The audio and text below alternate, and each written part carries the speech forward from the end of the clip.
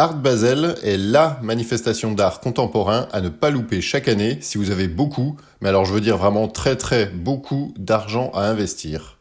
Toutes les formes d'art contemporain y sont représentées grâce à des galeries qui y vendent des œuvres qui doivent témoigner autant d'artistes émergents que d'autres bien établis. En gros, c'est pas Joel Clodo et ses œuvres naïves que vous y trouverez.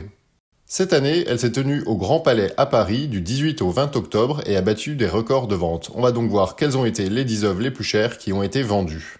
On commence fort à la 10e position avec cette œuvre de Lucio Fontana datant de 1965, un genre de déchirure je suppose, adjugée pour 1,44 million de dollars.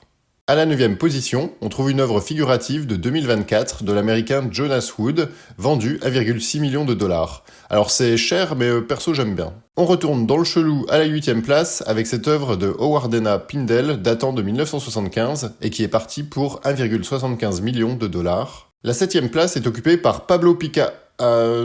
C'est Georges Condo avec une toile datant de 2024 et qui frôle les 2 millions de dollars. Pas loin, dommage. On continue en 6e place avec la célèbre américaine Louise Bourgeois et sa forêt enchantée de 2006, vendue pour 2 millions de dollars. En 5e place, c'est la sculpture de Barbara Chase Ribou datant de 2021 qui est partie pour 2,2 millions de dollars. On approche du podium avec une timide 4e place pour un poids lourd de l'art contemporain et qui n'est autre que Pierre Soulages avec une peinture vendue 2,8 millions de dollars. 3e place, c'est vraiment pas ma cam, mais bon, ce tableau de Mark Bradford a été adjugé pour 3,5 millions de dollars.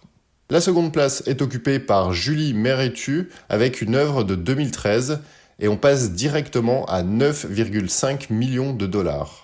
Et enfin, en première place et de très loin, c'est encore Louise Bourgeois pour sa sculpture Spider de 1995, vendue pour la somme astronomique de 20 millions de dollars. Voilà pour les infos que je pouvais vous donner sur Art Basel Paris 2024. Est-ce que ces prix sont justifiés? Ces œuvres vous plaisent-elles? N'hésitez pas à me donner votre avis en commentaire. À bientôt!